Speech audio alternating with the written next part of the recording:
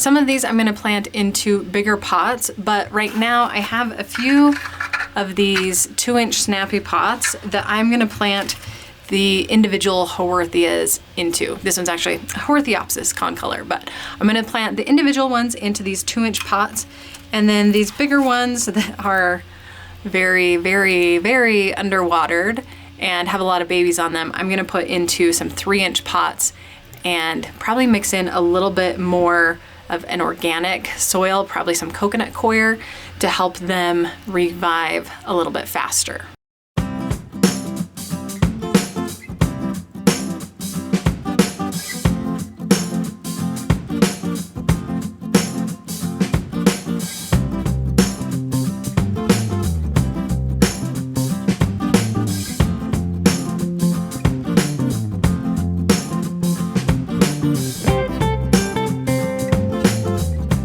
With each of these, I'm just brushing off as much of the original soil as I can. It's very easy because the soil is very dry, and then just inspecting the roots, but these have been looking pretty good so far.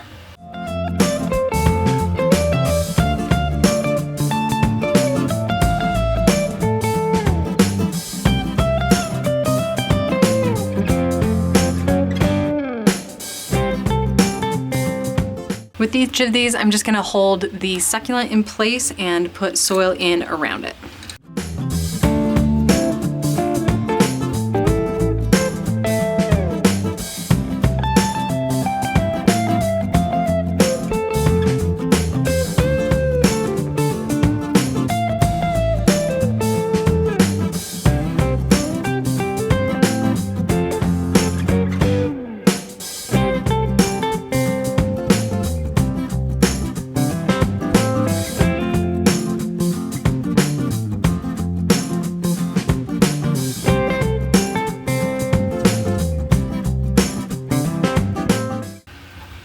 Here they are, all potted up. So about 5 minutes of work, not too shabby. This Haworthiopsis, I like the look of it, but it is so pokey, especially when it's underwatered. These little edges are actually quite sharp. So it's tricky to hold. If I had gloves on, it might be a little easier, but I'm just gonna work my way through each of these and loosen up the roots, remove original soil, and remove dead leaves. This one, as you can see, is not loosening up very much. It's staying really, really compacted. There is soil in the middle here. It might be problematic because I feel like I can't grip it very well because I keep getting stabbed. There we go. There's not a lot of soil in there, but it's good to get these roots all loosened up. This one doesn't really have any dead leaves, but you can see some hard water buildup on the bottoms of the leaves. I accidentally pulled off this itty bitty baby when I was brushing soil off, so I need to be careful with that. I do want to keep those attached as much as possible.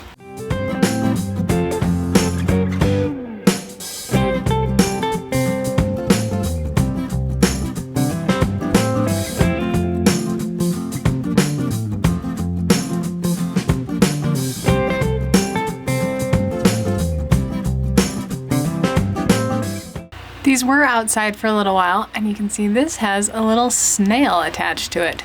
So I'm gonna pull that off and put it in the trash, not with all of the rest of this stuff.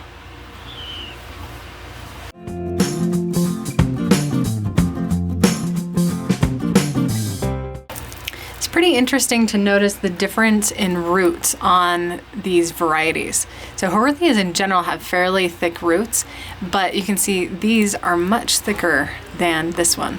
I have a bunch of these and they are definitely struggling. You can see there's a lot of dead leaves. I'm hesitant to remove very many of them, mostly because I don't want to accidentally rip the babies off. So I'm very carefully just removing leaves where I can tell I can remove the leaves without taking the babies, but otherwise I'm probably going to leave most of the dead leaves intact until these have revived a little bit better and I'm confident that they will keep growing.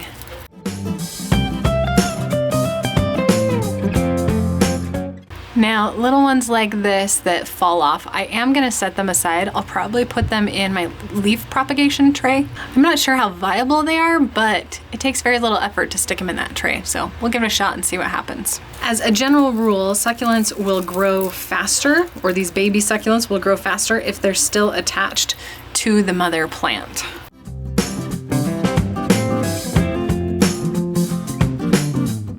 Look at this one. It's just got so many babies on it. Looks really, really sad, but I am excited to see what happens over the next few weeks as these kind of plump up and get better care. I think they're gonna look awesome.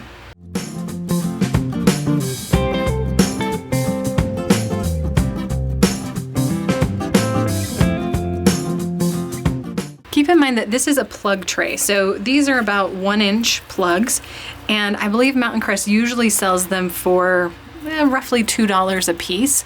And if you're looking for a very cost-effective way to get a lot of succulents, plugs are the way to go.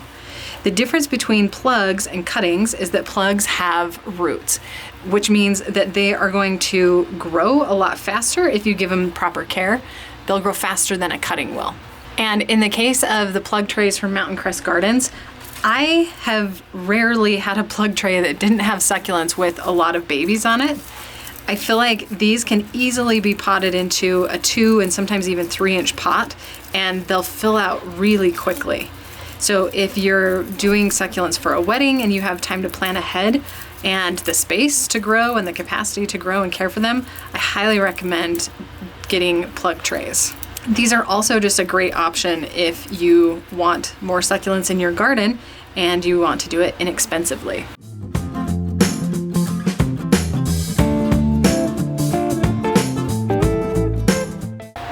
Now this little plug is showing a lot of history if you know what you're looking for.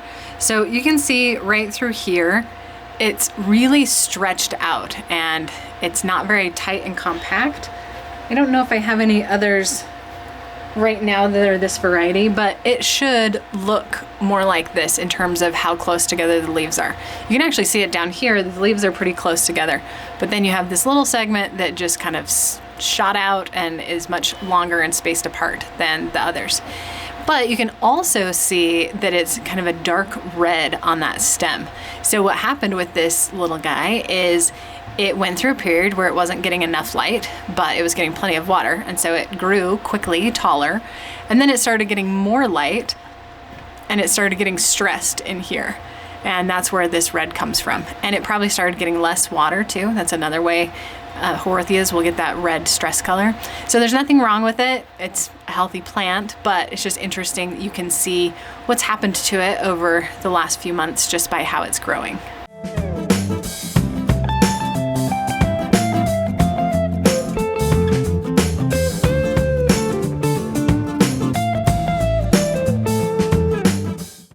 This little baby just came off as I was trying to loosen the soil, but because it has roots attached to it, it should be able to be planted on its own pretty easily. On the other hand, this little piece that broke off, it might survive. We'll put it in the leaf prop tray just to see, but I'm not totally sure. If you're like trying to nurture it back to health or gave it some attention, that might help it recover better, but on its own, I'm not sure how well it will do.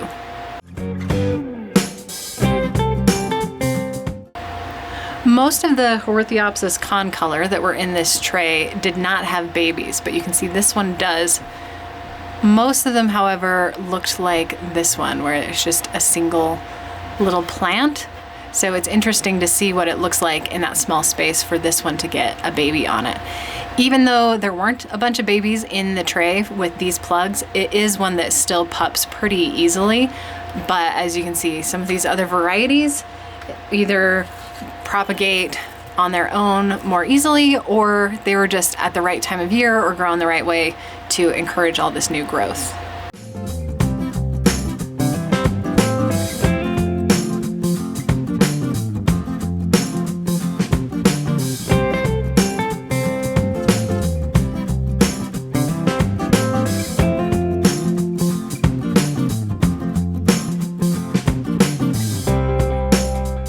Some of these Haworthia and Haworthiopsis have some little bite marks or chew marks on them.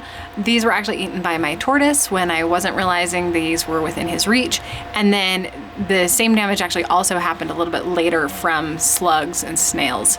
So they are a tasty treat for other critters in the garden, so keep an eye out for that. But even though the tips of these won't regrow, the new growth in the center will be healthy and it'll look normal again.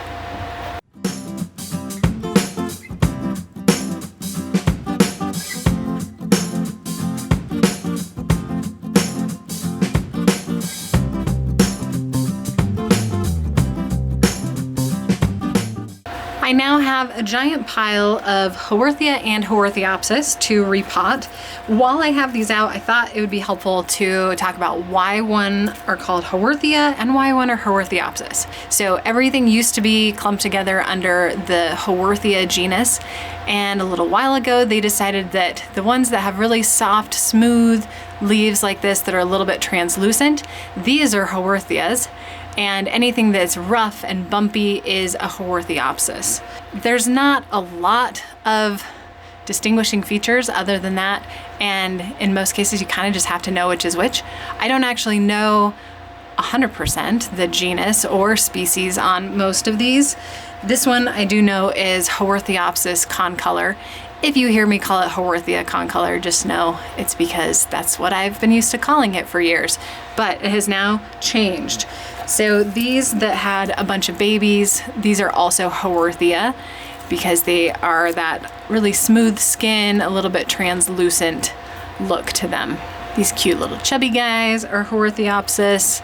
This one that I told you was telling a story, this one is also Haworthiopsis. And our very favorite Haworthia fasciata is also now Haworthiopsis fasciata. So things change and evolve, but as long as you know roughly what your plant is and you know how to care for it, you'll be good to go.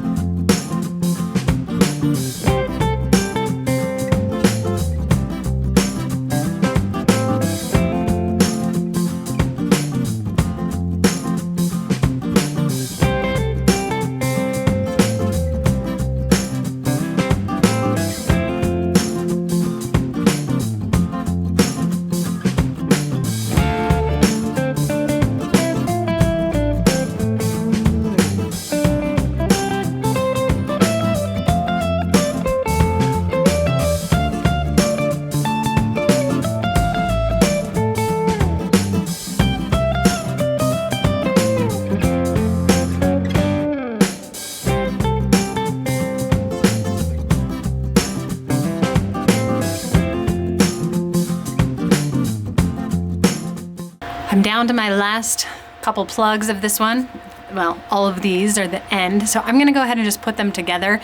I'm realizing these are gonna overflow the pot, hopefully within a couple months, but they're just too small to work with on their own at this point, so it's easier to stick them all together, let them rehydrate, regrow, and get a lot more plumped up and fuller, and then we'll repot them again.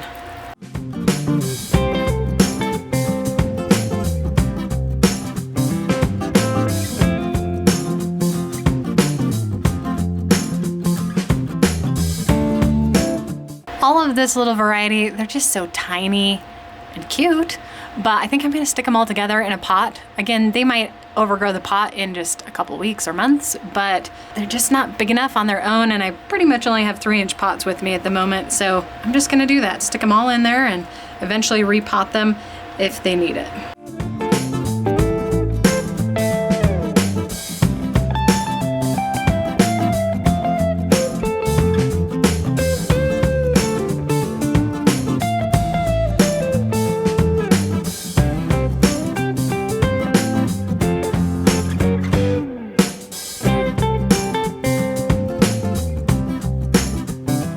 What I'm not sure on is a lot of these are kind of too small for a 3-inch pot. They're almost too big though for a 2-inch pot.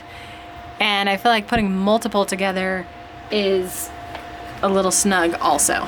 Like at this point, I'd be almost ready to repot it. So I think I'm just gonna go a little wild and crazy and just put one right in the center of these and give them some space and see how they do.